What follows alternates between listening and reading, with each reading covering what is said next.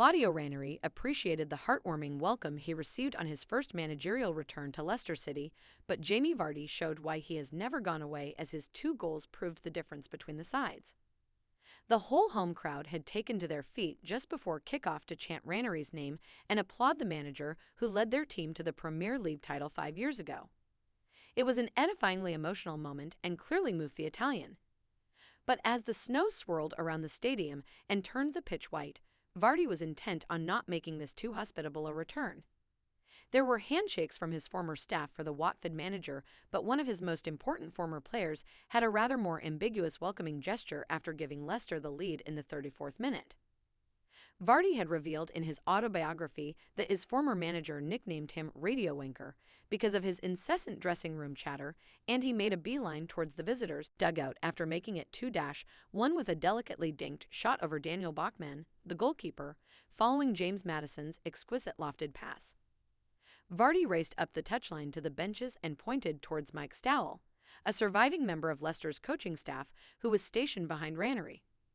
Leicester's leading goalscorer then made his point in rather more traditional fashion 8 minutes later, heading on Maddison's corner into the far corner of the net to make it 3-1 at halftime.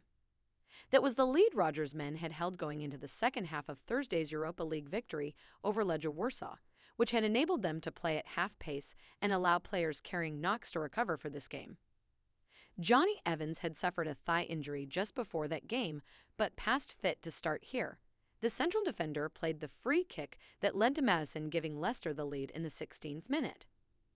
Bizarrely, William Econ opted, or received a shout, to duck under the long pass, but that simply allowed Maddison to run in on the blind side and swivel to shoot in with his right foot. Following his goal and performance on Thursday, these are signs Maddison is gradually returning towards his best.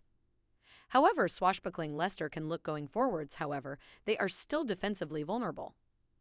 Kasper Schmeichel was counting his blessings when Cucho Hernandez's shot deflected heavily off Kagler Soyuncu and hit the inside of the post with the wrong-footed Leicester goalkeeper happily picking up the rebound. Then Emmanuel Dennis was tripped by Wilfred Ndidi, who also gave a penalty away on Thursday, and Josh King converted to equalize. It was no more than Watford, buoyed by their 4-1 demolition of Manchester United 8 days earlier, deserved. Then came Vardy's 2 goals before the snow came hammering down during the halftime interval, clearly impacting players' footing.